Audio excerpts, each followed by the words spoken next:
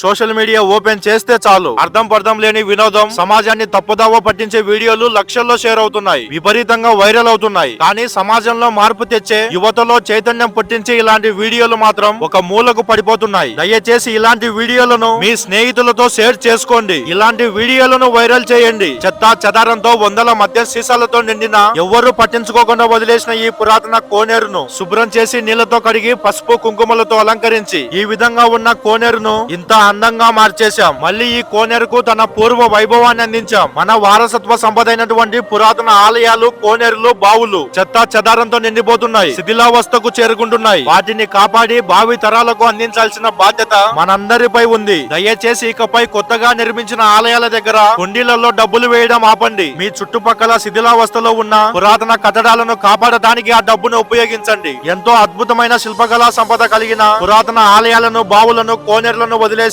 కొత్త దేవాలయాలు నిర్మించుకుంటూ వెళ్తున్నారు. నిజంగా చెప్తున్నా, నేను కొత్త ఆలయాల దగ్గరికి వెళ్ళినప్పుడు ఆ టైల్స్, సిమెంట్ తో కట్టిన గోపురాలు చూస్తే నాకు ఒక ఇంటిలోకి వెళ్లిన అనుభూతి మాత్రమే కలుగుతుంది. అదే ఒక పురాతన దేవాలయంలో అడుగు పెట్టి చూడండి, మీ కళ్ళకు శతాబ్దాల నాటి చరిత్ర కనబడుతుంది. మన పూర్వీకులు కలలో కూడా ఊహించి ఉండరు. వాళ్ళు ఎంతో కష్టపడి నిర్మించిన ఈ పురాతన కట్టడాలను మనం ఇలా మందు సీసాలతో, చెత్తా చెదారంతో నింపేసి పట్టించుకోకుండా వదిలేస్తామని. మేలుకోండి సోదర, ఇక మేలుకోండి. ఈ కోనేరు నంద్యాల జిల్లాలోని అవుకు మండలంలో ఉన్న రామాపురం అనే గ్రామంలో ఉంది. మా పూర్వ సంపద రక్షక సేన టీం ఈ కోనేరును శుభ్రం చేయడానికి వస్తుందనే విషయం తెలుసుకొని వందల కిలోమీటర్లు ప్రయాణించి వచ్చి కొంతమంది ఈ కార్యక్రమంలో పాల్గొన్నారు. శ్రమ మీది అయితే ఆకలి తీర్చే బాధ్యత నాది అంటూ స్వామిరెడ్డి గారు ముందుకు వచ్చి ఇక్కడ శుభ్రం చేయడానికి వచ్చిన వారందరికీ టిఫిన్ మరియు భోజనాలు ఏర్పాటు చేశారు. అలాగే ఇక్కడ శుభ్రం చేసిన చెత్తనంతా తొలగించి దూరంగా వేసి రావడానికి ట్రాక్టర్లు అవసరం పడతాయని చెప్పగానే బొమ్మిరెడ్డి గారు ఇక్కడ ట్రాక్టర్లను ఏర్పాటు చేశారు. ఇంకా ఇక్కడ మా టీం కి కావాల్సిన సౌకర్యాలన్నీ కూడా దగ్గరుండి చూసుకున్నారు. మొత్తానికి ఇంతమంది ఏకమై ఈ పురాతన కోనేరుకు మళ్లీ జీవం పోశాం. ఇప్పుడు ఇక మీ వంతు. మీ ఊరిలో చెత్తా చెదారంతో నిండి శిథిలావస్థకు చేరుకున్న